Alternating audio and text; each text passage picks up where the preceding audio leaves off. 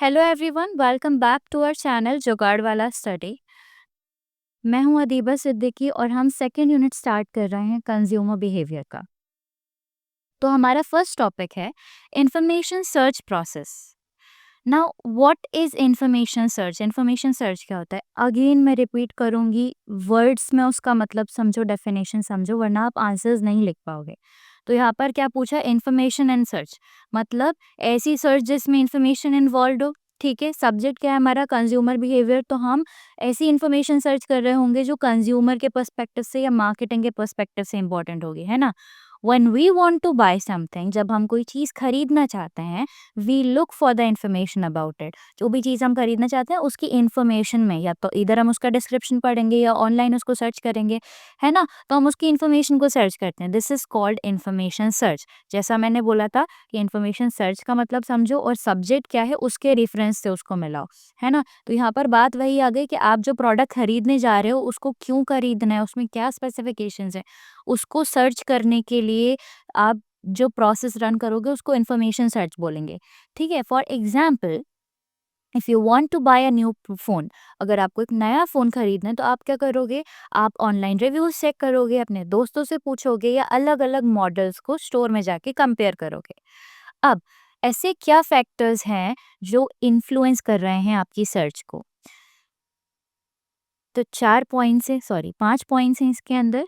Importance of the purchase, experience, risk involved, time available, sources of information. अब importance of purchase क्यों? You search more for expensive and important things than the small things. जैसे हम पहले पढ़ रहे थे ना कंज्यूमर इन्वॉल्वमेंट में, कि प्रोडक्ट जो है, परचेज जो है, वो जितनी ज़्यादा एक्सपेंसिव होगी या जितनी स्पेसिफिक होगी कि हम किसी स्पेसिफिक ओकेजन पे खरीद रहे हैं, तो हमारा ज़्यादा हाई इन्वॉल्वमेंट होगा उसमें। वैसे ही यहाँ पर भी बोल रहे हैं कि उसकी सर्च जो है ना आपको ज़्यादा करनी पड़ेगी अगर आप एक्सपेंसिव चीज़ें खरीद रहे हो, और अगर आप कोई लो इन्वॉल्व चीज़ें, लेस इन्वॉल्व चीज़ों में आप परचेजिंग कर रहे हो तो फिर उसमें आप सर्च भी कम ही करोगे। ठीक है। Experience, if you already know about the product you search less. अगर आप पहले से उस प्रोडक्ट के बारे में जानते हो, उसे एक्सपीरियंस कर चुके हो, तो फिर आप उसके बारे में कम रिसर्च करोगे। एंड इफ़ यू हैवेंट, आप बिल्कुल नई ही कोई चीज़ खरीदना चाह रहे हो, तो आप बहुत बहुत झिझकोगे और उसके बारे में बहुत ज़्यादा सर्च करोगे। Next, risk involve. अब जितना भी रिस्क उसमें इन्वॉल्व होगा ना, जैसे कि मेडिसिन वगैरह खरीदना बहुत हाई रिस्क होता है, क्योंकि अगर उसमें आपने गलत खरीद ली, सर्च सही नहीं करा आपने, तो आपको काफ़ी लॉस हो सकता है ना। तो इस वजह से उसमें कितना रिस्क इन्वॉल्व्ड है परचेज में, ये भी डिपेंड करता है सर्च को लेकर। नेक्स्ट है टाइम अवेलेबल। अब आपको बहुत जल्दी कोई परचेज करनी है तो आप बहुत थरो रिसर्च नहीं कर पाओगे ना। नेक्स्ट एंड लास्ट क्या है? Source of information. अब आपको इंफॉर्मेशन कहाँ से मिल रही है, ये भी आपके सर्च को इन्फ्लुएंस करेगा। नेक्स्ट है आपका stages of decision making and information search. Decision making और इंफॉर्मेशन सर्च के स्टेजेस क्या हैं? 5 स्टेजेस हैं। First, recognise need. आप अपनी नीड को रिकॉग्नाइज करोगे कि आपको आखिर चाहिए क्या। फिर आप उसके बारे में इंफॉर्मेशन सर्च करोगे, यानी सर्चिंग फॉर इंफॉर्मेशन। देन आप अपने ऑप्शंस एवेल्युएट करोगे। फिर आप परचेस करोगे और पोस्ट परचेस एवेल्युएशन करोगे। ये हम पहले भी पढ़ चुके हैं डिसीजन मेकिंग के स्टेप्स में। नेक्स्ट है, इंफॉर्मेशन सर्च कितने टाइप की होती है? तो इंटरनल होती है, एक्सटर्नल होती है। इंटरनल से क्या समझ में आ रही है? जो आपके पास ऑलरेडी है ना। एक्सटर्नल से क्या समझ में आ रहा है? जो आप एक्सटर्नल फैक्टर्स से गैदर कर रहे हो। कुछ समझना है इसमें? नहीं समझना है? नेक्स्ट आपका टॉपिक है इंफॉर्मेशन प्रोसेसिंग। अगेन, चीज़ों का मतलब तोड़ के समझो। इंफॉर्मेशन का मतलब कोई भी ज्ञानी बात, कोई भी नॉलेजेबल बात। प्रोसेसिंग का मतलब आप उसको प्रोसेस कर रहे हो, इंफॉर्मेशन को प्रोसेस कर रहे हो। अभी तक आप इंफॉर्मेशन सर्च कर रहे थे ना अपने परचेस के बारे में, अब आप उस इंफॉर्मेशन को खुद कैसे यूज़ करोगे, आपके डिसीजंस में कैसे यूज़ करोगे, ये है इंफॉर्मेशन प्रोसेसिंग। यानी कि it is the way our brain processes and understand information to make decision. अब आप डिसीजन कैसे लोगे, उसके लिए आपका ब्रेन उस इंफॉर्मेशन को किस तरीके से यूटिलाइज करता है या समझता है, उस प्रोसेस को आप क्या बोलोगे? Information processing. नाउ इसके भी स्टेजेस होंगे। सबसे पहले एक्सपोजर, जब आपको उस प्रोडक्ट के बारे में पता चला। नेक्स्ट अटेंशन, जब आपने उसकी डिटेल पे फोकस करना चालू करा। थर्ड परसेप्शन, जब आप उस पे फोकस करना चालू करोगे ना तो आपका एक परसेप्शन बनेगा, आपकी एक मेंटालिटी बनेगी कि यार ये अच्छा है ये बुरा है। फिर रिटेंशन, रिटेंशन मतलब आप दोबारा से उस इन्फॉर्मेशन को याद कर रहे हो कि यार मैंने ऐसा ऐसा कुछ पढ़ा था, this is good for my skin और फॉर माई हेल्थ, तो ये मुझे लेनी चाहिए, ये रिटेंशन हो गया। फाइनल स्टेप क्या होगा, आप डिसीजन लोगे, यानी कि आप अपना परचेस कर लोगे। अगेन सबसे पहला है एक्सपोजर, फिर attention, next perception, then retention, last decision making. 5 steps का प्रोसेस था। ठीक है। नेक्स्ट है आपका marketing implications of information processing.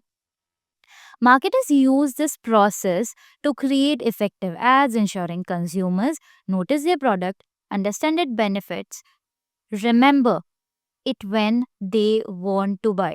अब मार्केटिंग में इंफॉर्मेशन प्रोसेसिंग को किस तरीके से यूज करा जाता है, तो मार्केटर्स जो होते हैं ना वो ये चीज मेक श्योर करते हैं कि वो इतने क्रिएटिव और इफेक्टिव टाइप के एड्स बनाए जो इंसान के दिमाग में छप जाए।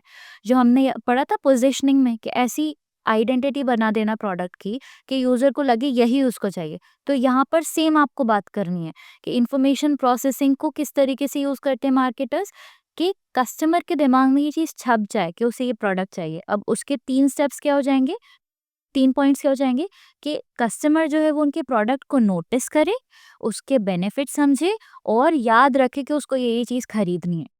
ठीक है। इवैल्यूएटिव क्राइटेरिया, इवैल्यूएटिव क्राइटेरिया क्या है, when we compare products, evaluate का मतलब जब आप कंपैरिजन कर रहे हो अलग अलग चीज़ों को। ठीक है। तो व्हेन वी कंपेयर प्रोडक्ट्स, जब आप अलग अलग प्रोडक्ट्स को कंपेयर कर रहे हो, वी यूज सर्टेन फैक्टर्स और criteria to decide which one is best. Total आप ये डिसाइड कर रहे हो कि आपको कौन सी चीज़ लेनी है। तो वो जो प्रोसेस है ना आपका ये समझने का कि यार इसमें ये बेनिफिट्स हैं, ये एडवांटेजेस हैं, ये प्रोज हैं, ये कॉन्स हैं, उसको आप बोल रहे हो क्राइटेरिया, और उनको कंपेयर करने को आप बोल रहे हो इवैल्यूएटिव। ठीक है। एग्जाम्पल क्या हो सकता है, लैपटॉप खरीदने से पहले आप उसके अलग अलग फैक्टर्स पे ध्यान दे रहे हो, जैसे कि उसका प्राइस, उसका स्पीड और वो क्या ब्रांड आपको प्रोवाइड कर रहा है। ठीक है। नेक्स्ट है आपका important issues in evaluative criteria. इसमें क्या क्या इंपॉर्टेंट इश्यूज आ सकते हैं, इंपॉर्टेंट इश्यूज क्या हो सकते हैं क्राइटेरिया को इवैल्यूएट करने में, तो 3 लिखे हुए हैं यहाँ पे, रेलेवेंस, वेरिएशन और कॉम्प्लेक्सिटी। रेलेवेंस मतलब चूजिंग क्राइटेरिया दैट मैटर्स, ऐसा क्राइटेरिया जो आपके लिए रेलेवेंट हो। मतलब अगर आप बहुत ही रिच हो, प्राइस आपके लिए मैटर नहीं करती प्रोडक्ट खरीदने से पहले, है ना, तो आप वो क्राइटेरिया पे जाओगे ही नहीं। या फिर अगर आप रिच नहीं हो, बजट जो है आपका वो एकदम सेट है और आपको प्रोडक्ट की वैल्यू दिख रही है कि यार ये प्रोडक्ट ज़्यादा वैल्यूएबल है बट हाँ मेरे बजट में नहीं बैठ रहा, तो अब वो क्राइटेरिया कंसिडर करोगे। तो relevance matters. Variation, different consumers use different criteria, अलग अलग कंज्यूमर्स जो है वो अलग अलग क्राइटेरिया चूज करेंगे, ये वेरिएशन है। कॉम्प्लेक्सिटी मतलब वो डिफिकल्ट हो सकता है, कुछ डिफिकल्ट होंगे कुछ ईजी होंगे। ठीक है। Selection and determination of evaluation criteria, आप कैसे सिलेक्ट करते हो या कैसे डिटरमाइन करते हो कि यही आपका एवेल्युएशन क्राइटेरिया है, एवेल्युएटिव क्राइटेरिया है। Consumer select criteria based on their needs, जो भी उनके, अभी आपने ऊपर भी यही चीज़ पढ़ी ना कि भाई वो अपने नीड और अपने प्रेफरेंसेस के हिसाब से ही उसको डिसाइड करता है प्रोडक्ट की परचेजिंग को या उसको किस तरीके से इवैल्यूएट करना है।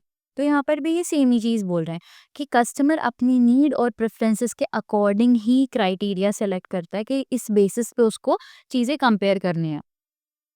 डिसीजन रूल्स, अब डिसीजन रूल्स क्या है परचेजिंग के अंदर, दीज आर रूल्स और shortcuts people use to choose a product, यानी कि ये ऐसे रूल्स हैं जो लोगों ने बना लिए हैं कि भाई हमें कुछ भी हो, एक्स वाई ज़ी कोई भी सिचुएशन चल रही हो, पर अगर हमें परचेजिंग जल्दी करनी है तो हम ये रूल बना के रखेंगे। जैसे कि लोगों ने ये, कुछ जो लोग होंगे उन्होंने एक अपना बना रखा होगा रूल कि भाई हमें जो चीपेस्ट ऑप्शन है ना, सबसे सस्ता वाला दिखा दो हम वही लेंगे। तो ये एक तरीके का डिसीजन रूल है। अब डिसीजन रूल की क्लासिफिकेशंस क्या हैं, तो इसके 3 क्लासिफिकेशंस हैं। एक है कंपनसेटरी, एक है नॉन कंपनसेटरी एंड देन है ह्यूरिस्टिक। ओके। तो कंपनसेटरी क्या होता है, if one feature is bad another good feature can make, मतलब कॉम्पेंसेट कर रहा है वो, अब प्रोडक्ट अपने ही आपको कॉम्पेंसेट कर रहा है कि एक फीचर बुरा भी है तो क्या हुआ भाई, उसका दूसरा फीचर अच्छा भी तो है ना। तो क्या वो इतना लड़ती है, प्यार भी तो मुझी से करती है ना, तो ये कॉम्पेंसेटरी रूल हो गया। कॉम्पेंसेटरी, सॉरी, नॉन कॉम्पेंसेटरी क्या हो गया कि एक बैड फीचर की वजह से, एक बुराई की वजह से आपने पूरा प्रोडक्ट छोड़ दिया, उसको आपने कॉम्पेंसेट नहीं करा। रिस्ट्रिक्ट में क्या हो गया, सिंपल शॉर्टकट्स और हैबिट्स। आपकी कुछ हैबिट्स हैं कि भाई मुझे तो यही ब्रांड का टूथपेस्ट, मम्मी भी कोलगेट लगाती थी, मैं भी कोलगेट लगाऊंगी, तो ये आउट ऑफ हैबिट आपने ये परचेस करी, ये आपके डिसीजन रूल है। ये 3 हो गए। नेक्स्ट आपका टॉपिक है कंज्यूमर मोटिवेशन। मोटिवेशन का क्या मतलब होता है, कोई भी चीज़ आपको प्रभावित कर रही है, यानी कि आपको इन्फ्लुएंस कर रही है एक्शन करने के लिए, ठीक है। It is the inner drive that makes people do something. Inner drive मतलब उनके अंतर मन से आवाज आ रही होती है कि भाई ऐसा कर ले, कोई प्रोडक्ट खरीद ले।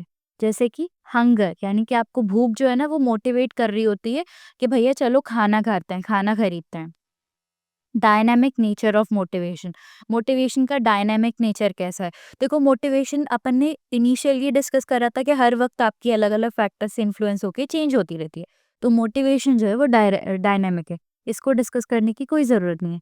प्रिंसिपल्स ऑफ मोटिवेशन थ्योरी क्या है, मोटिवेशन थ्योरी के प्रिंसिपल्स क्या हैं। तो सबसे पहला है नीड्स ड्राइव बिहेवियर। जिस चीज़ की ज़रूरत होगी वो आपका बिहेवियर को इन्फ्लुएंस करेगी। जैसे कि लोगों को भूख लग रही है वो खाना खाएंगे, ठंड लग रही है वो जैकेट पहनेंगे। नेक्स्ट है आपका hierarchy of needs. Hierarchy of needs मतलब आपके पास एक सेट अमाउंट ऑफ मनी है, ठीक है। अब आपके जितने डिफरेंट डिफरेंट नीड्स हैं ना, तो आप उसमें से पहले जो सबसे बेसिक वाली से कि खाना हो गया, घर मकान, ये जो चीज़ें हो गई ना, इनको आप सबसे पहले फुलफिल करोगे। बाद में आप सोचोगे कि अरे I want a Rolex watch like Urvashi Rautela. Okay. Next है आपका model of motivation process. Motivation process में क्या स्टेप्स आते हैं, बेसिकली ये बोल रहे हैं। तो सबसे पहले नीड रिकॉग्निशन, कि आपको उस चीज़ की ज़रूरत है कि नहीं है। टेंशन, यानी कि वो आपको कितना अनकंफर्टेबल फील करा रहा है कि ये चीज़ आपके पास नहीं है, ये नीड आपकी फुलफिल नहीं हो पा रही है। फिर एक्शन, कि आप वाक़ई उस चीज़ को जाके खरीद रहे हो। लास्ट में सैटिस्फैक्शन। मोटिवेशन में आप कोई भी काम क्यों कर रहे होते हो, क्योंकि एंड में वो आपको सैटिस्फैक्शन दे रही होती है ना। अगर आप पानी की बॉटल खरीद के पानी पियोगे तो वो आपको आपकी प्यास बुझाएगी ना। तो ये 4 स्टेप्स हो गए आपके मोटिवेशन प्रोसेस के। नेक्स्ट आपका हो गया consumer perception. It's an important topic to understand अगर आप कंज्यूमर बिहेवियर को रियली समझना चाहते हो तो। परसेप्शन का मतलब क्या है, कस्टमर किस तरीके से चीज़ों को देख रहा है, उसका नज़रिया क्या है ना। It's how consumers see and interpret things. वो चीज़ों को किस तरीके से समझ रहे हैं, ये उनका परसेप्शन है, कंज्यूमर परसेप्शन। जैसे कि कुछ लोग लग्जरी ब्रांड्स को क्लासी समझते हैं, अगर वो एक्सपेंसिव भी हो तो भी खरीद लेते हैं कि भाई क्लासी लग रहा है ना। Stages of perception. परसेप्शन के स्टेजेस क्या होते हैं, 3 स्टेजेस लिख दिए। Exposure, attention, interpretation. एक्सपोजर मतलब जब आपको पहली बार वो चीज़ के बारे में पता चला, है ना। जैसे आपने, बहुत से लोगों ने जो है गुची या ब्राडा, इन सब चीज़ों के नाम गानों में आने से पहले नहीं सुने थे, ठीक है। तो बाय दैट टाइम जब उन्होंने ये चीज़ें सुनी, उनके पास उतने पैसे नहीं थे, तो उन्हें क्या हुआ, पहले तो एक्सपोजर मिला कि हाँ, गुची का नाम किसी में सुन लिया, जिमी चू का नाम सुन लिया किसी गाने में, तो एक्सपोज़र मिल गया। अब अटेंशन, अब आप उसकी स्पेसिफिक डिटेल्स ढूँढ रहे हो कि भाई ये इतना फ़ेमस क्यों है? आखिर गुची इतना फ़ेमस क्यों है? या प्राडा इतना फ़ेमस क्यों है ना? अटेंशन दे रहे हो। फिर आप इंटरप्रेट कर रहे हो, फिर आप समझ रहे हो कि उसका मतलब क्या है, और अब आपको लग रहा है कि नहीं यार, they are serving classy pieces, ठीक है? तो ये आपके परसेप्शन के 3 स्टेजेस हो गए। Then Weber's law and JND. JND मतलब just noticeable difference. Weber's law क्या कहता है, consumers notice small changes only if they are big enough. Consumer छोटे मोटे चेंजेस भी तभी नोटिस करते हैं जब वो काफ़ी बिग होते हैं।